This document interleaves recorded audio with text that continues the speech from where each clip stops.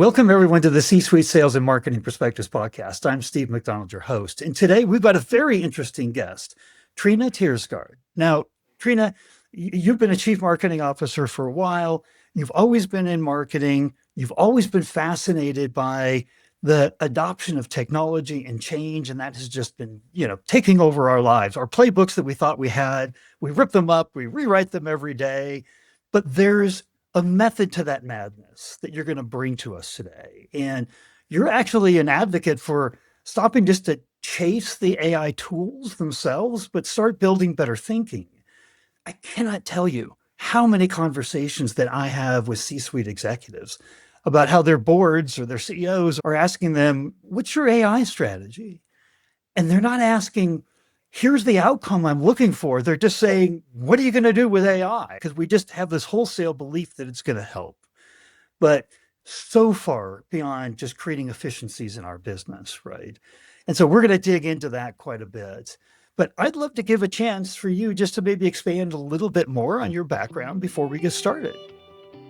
Sure. Thanks. And Steve, thanks for having me. It's a pleasure. I didn't ask you who else joined your podcast, but I did hear a few names, so I feel very honored.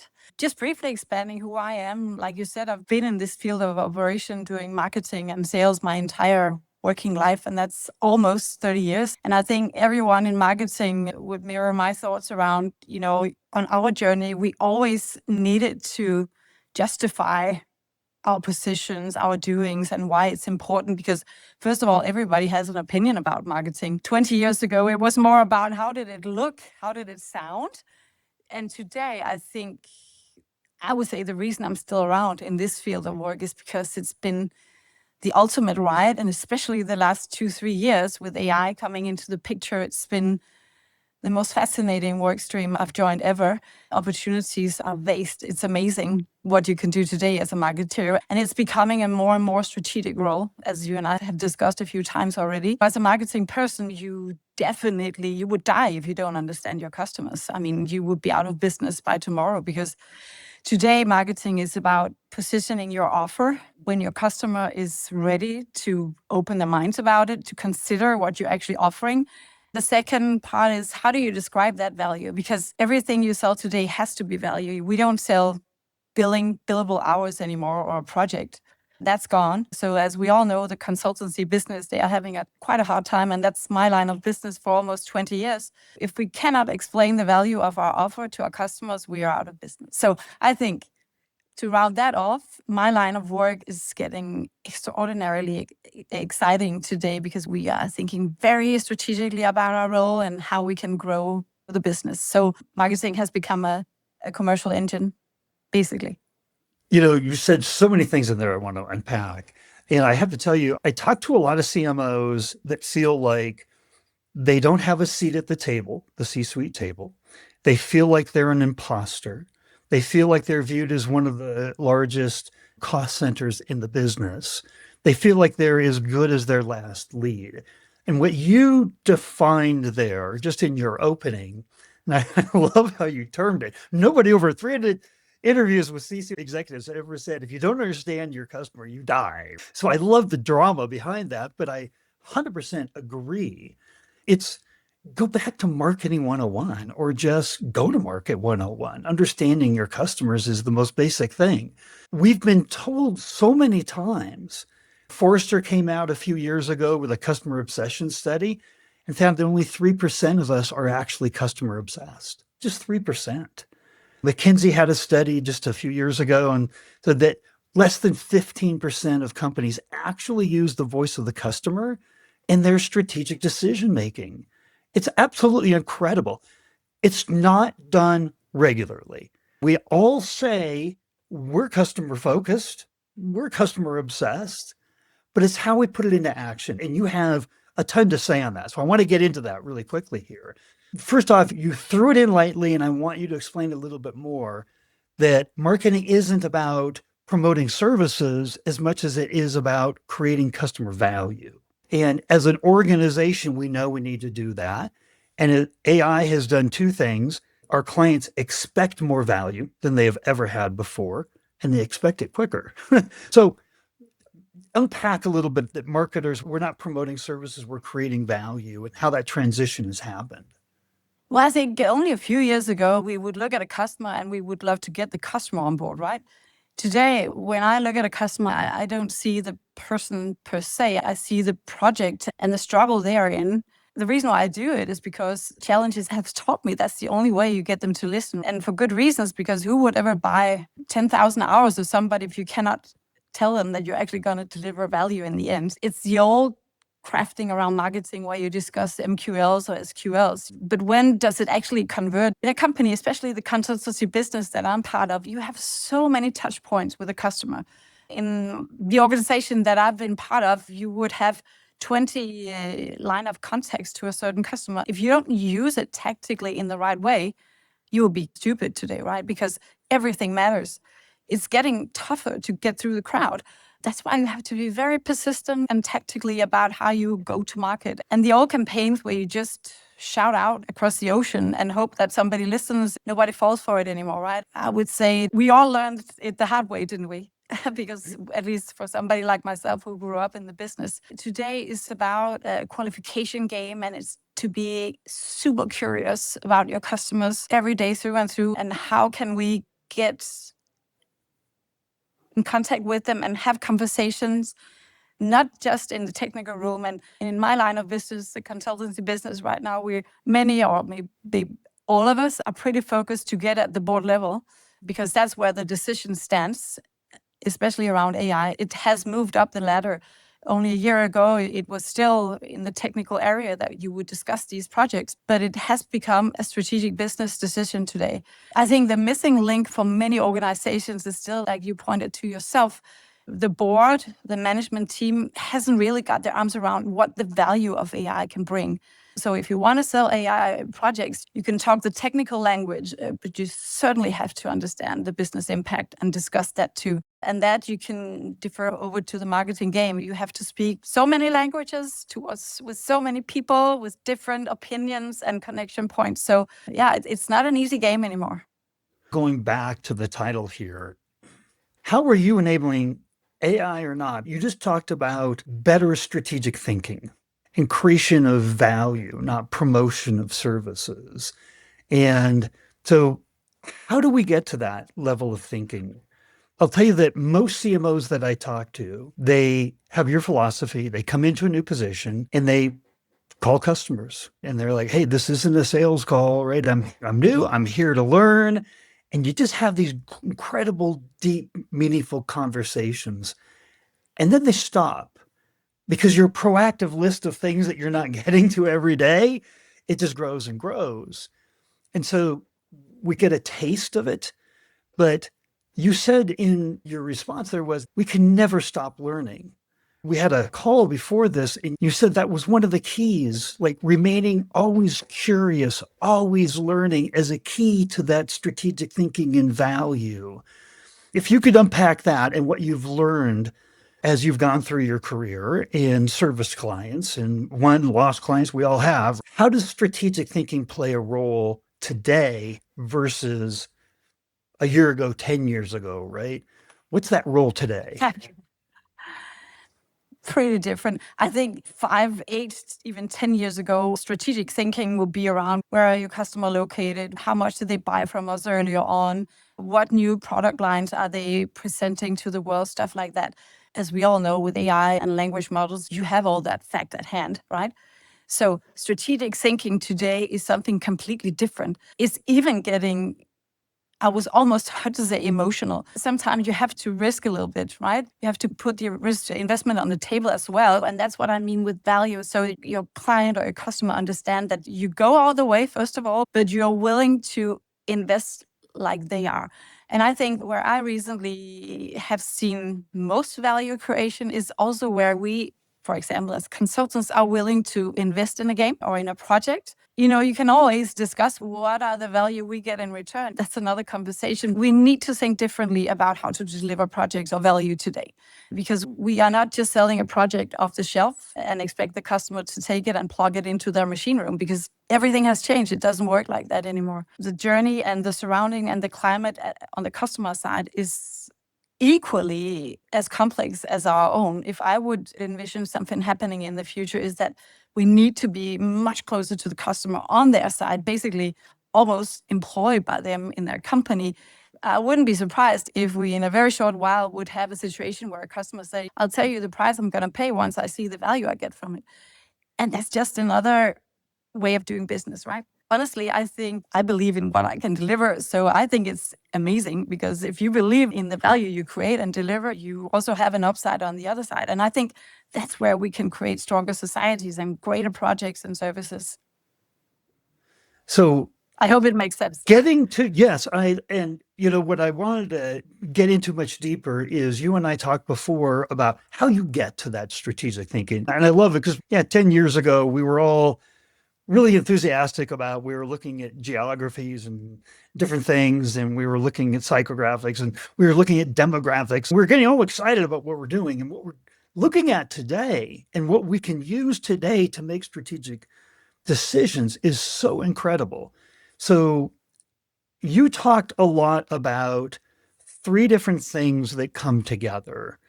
The AI tools are the enabler. And you know how excited I am about AI as well. But I had it put to me this way: the AI tools and the models, they're a commodity. You have the same models that I do. Your competitors have the same models that you do. It's what we do with the models. It's how we use them to extract the thinking and escalate the value. We've both been in the business long enough that bringing together data and moving across data silos and fragmented systems, we talked about that 10, 15 years ago, right? Digital transformation was the big keyword. And we didn't quite figure it out then, because we're still struggling with it today. If we had all the right data to connect to the AI tools, it would make such a huge difference. So we're still struggling with that. What does data mean in terms of getting to the right level of strategic thinking from just a data management perspective? What does that mean? What do we need to know? Yeah, what do we need to know, and what have we access to? I would say we have access to a ton of data. And in my world and in my thinking and how I always work is that you have to get your data straight, and not just get the data straight. You have to plug it into the right channels. You have to do the combination. You have to make the concepts right, so they ongoingly can generate the outputs that you want to refine your campaigns, to refine your offers, to refine your packaging of the value you want to give to your customers. I recently joined a big global consultancy business, and when I joined, that was just when AI was beginning to turbulence my part of the world. It's over hundreds of employees. I definitely had a lot who struggled with this. They were afraid. The reasonable ask we all had, so what risk do this put to my role? Can I even do it? Am I good enough? A lot of hesitation that we all had experienced and worked with. And then there is another dimension. And I get so irritated because I feel it still exists, that people think you're cheating when you use AI. You know what? That's crap, right? Because like you said, if you are not as good as your competitors and they are not cheating, they don't find it cheating, then you're also out of business, right? So let's stop feeling that we cheat when we use models. That's really stupid. Then we'll fall behind. But that's just another dimension. So lots of hesitation. But I've urged that curiosity and really try to motivate all my teams to get on board, not be afraid, to stay open. And when you actually learn and experience the way you can make things uncomplex, that's where you find the power of AI in my field. I've just seen that light turn on in so many people's eyes. And I think we were also building our own models and they are crap today. But just the effort of doing it, working with the technology, you feel much more secure and leaning into that world than you were before. And that's just another part for all the CMOs listening. I'm sure they would say the same, that our department is becoming more and more around technology, having data analysts and even scientists sometimes sitting and building platforms with us. And that's what I mean with the reason why I'm still around in this role, is because it's becoming more and more strategic. Plus, the understanding of data, technology, and access to data is so important. And if we can manage, like you just asked me, if we can manage to set that flow in order and build that platform right, so it ongoingly feed us the right data so we can perform better, that's when the world gets exciting. And that's valuable to me. I also remember from our earlier conversation that I think you asked me whether my kind of role wouldn't be a chief customer officer in the future. And I think you are perfectly right. It's having the technology work for us and building it to serve us, but it's also to fill in all we can about the customers. I'm super positive about the future in this role. You brought it back to the customer here. I think it was another McKinsey report that they said of all of our data, 90% of it is unstructured data. It's conversational data. That's the hardest data to capture and connect to AI. But it's the data where the nuggets are. We're swimming in data. We don't have any problem getting statistical data, but it's what customers say in the right moments at the right time. I had another CMO on, and she just said this, and I just love it. She said, we're not in enough of the right rooms with the right people at the right time, asking the right questions. And so you keep bringing up like being a chief customer officer. And I think what that really means is that we have to be really curious, but in a way that we not only we learn, but we turn that into data that we can actually use. I want to get your opinion on this because I don't know if it's coining a term or not, but I get so frustrated. I've done a lot of C-level work as well, and I've started 2 SaaS companies. And one of the things that just drives me crazy is we collect all this data about the customer. And then we come out of cab meetings. We're all doing high fives and belly bumps. We learn so much. And then that probably makes it into something we say at our team meeting the next time we get together. It makes it into a point or two in a PowerPoint deck. A month later, where is it? A quarter later, what have we done with it? How's it impacted anything? I call it insight decay. But those insights are the number one things that keep us focused on the customer. We learn and we can't let them decay. How do we fight that, right? It's so important. It's almost like we want to have our own technology, our own operating system that keeps all of this. I don't know that it's a solved problem yet, right? But we keep pursuing it, and we don't have a shelf to put it on. Or we do have a shelf. It's called a Google Drive or a Microsoft OneDrive. And then it just stays up there like a book on a shelf collecting dust, right? How do we execute on what we learn? Our curiosity, our passion. But honestly, I think technology is working so fast that let's not create a system for a shelf where we can collect all the data that you say collect the dust, because somewhere in the background it still is meaningful, because with the right models, with the right capture of data, it will become important in some kind of odd setting.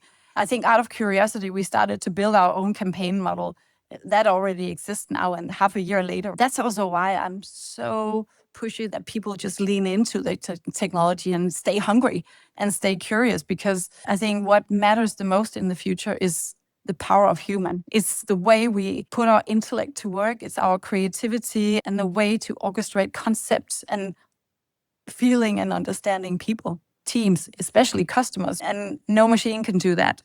Not yet. So I think that's super important. That's the first. And then that's also where it gets fun, right?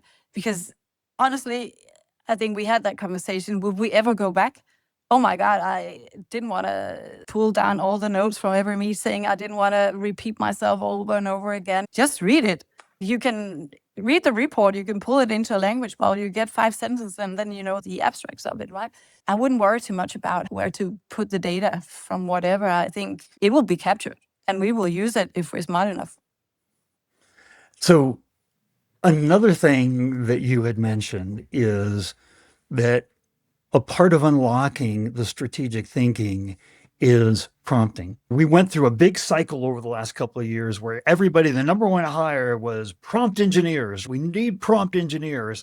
And there was like trending on LinkedIn, and it's just incredible. And then that passed because we realized that they were good at creating prompts, but they didn't have our expertise. They didn't have our understanding of the customer. And so we really have to put that prompting expertise in the hands of the go-to-market teams.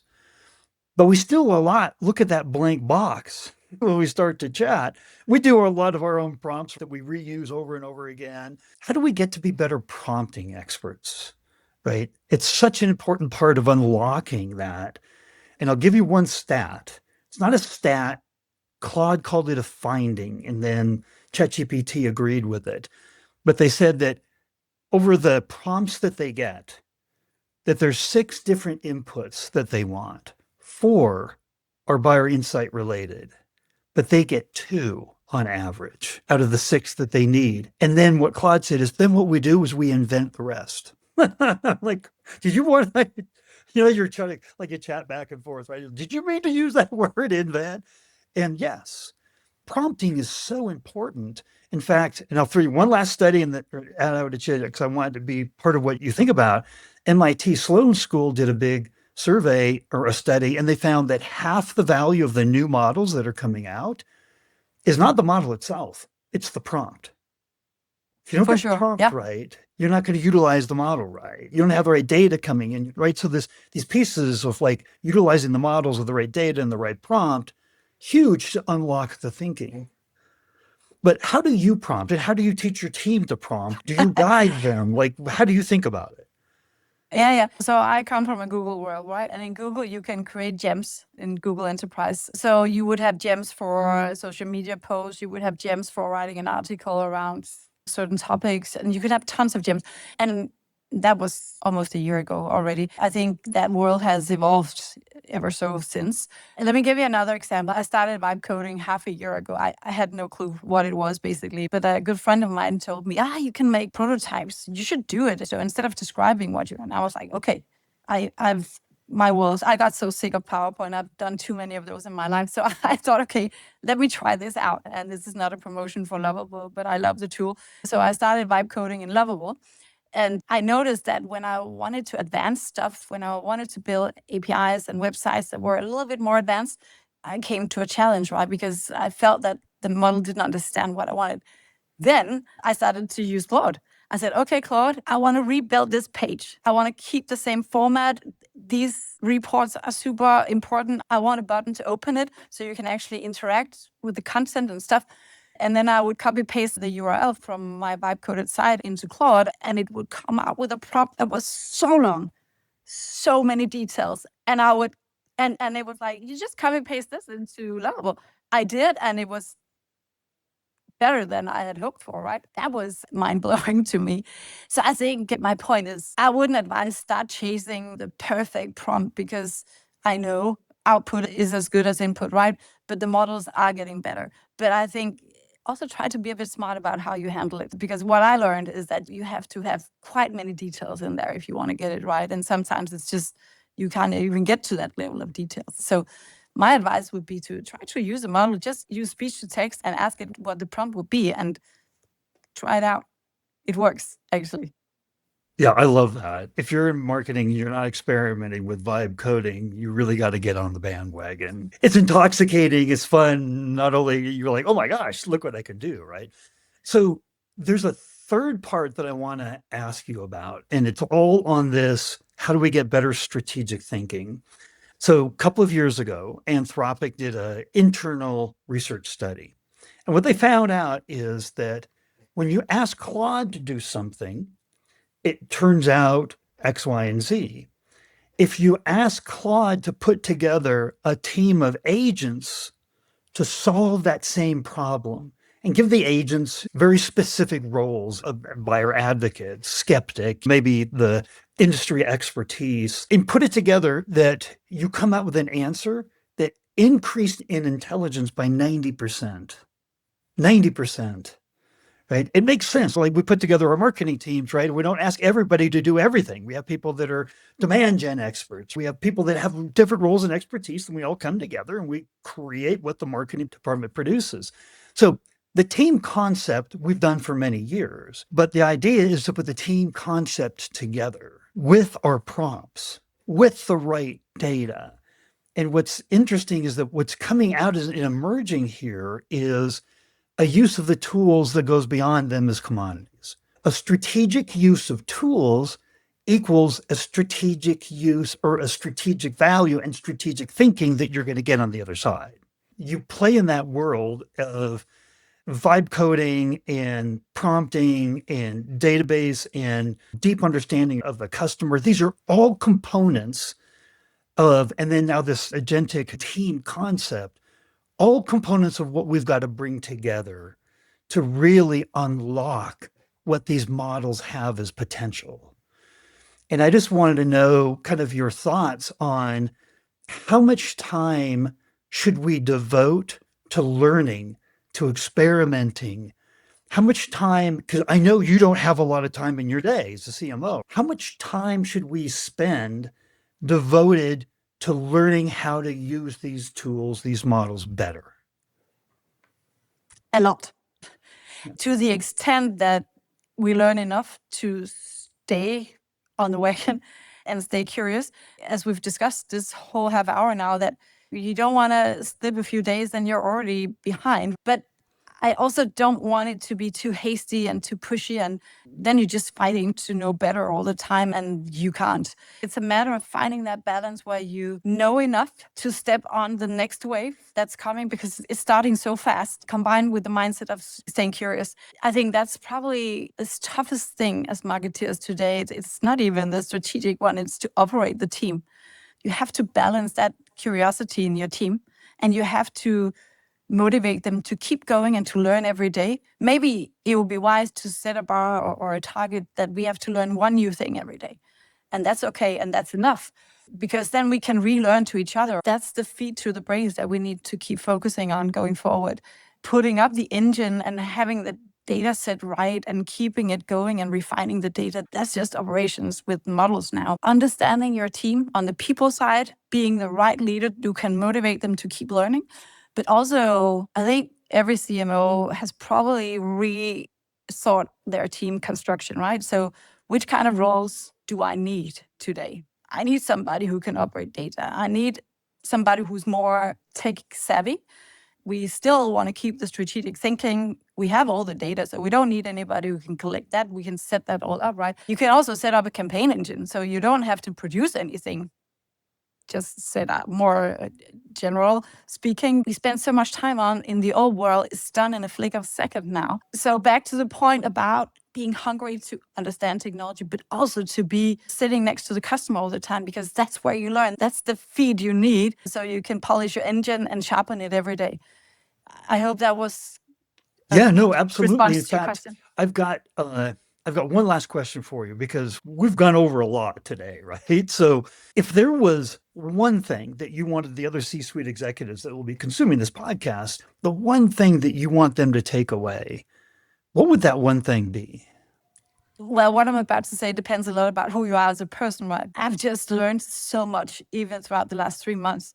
So my best advice is to stay curious. And sometimes you fail. Sometimes you don't get it with the first attempt, right? But even with the smaller things, with understanding how to work APIs or more complex data sets, if you can operate that, I have at least an eye opener. I maybe felt, okay, I understand a little bit of the technology, and that has kept me going. Stay curious and be tactical. We were supposed to be very strategical about everything, but I would say the small tactical actions matters today, because that's the definition of going to fail to actually succeed with a customer. The entire mission of this podcast is to interview C-suite executives, B2B companies, ABM go-to-market from all over the world, because we all have different experiences. We all have different perspectives. We have different insights. If we could bring those together and help each other grow, then I call that the rising tide that lifts all boats. You were such an amazing part of that rising tide today. I just wanted to say thank you for coming on the podcast. Thank you so much for having me. It was such a pleasure.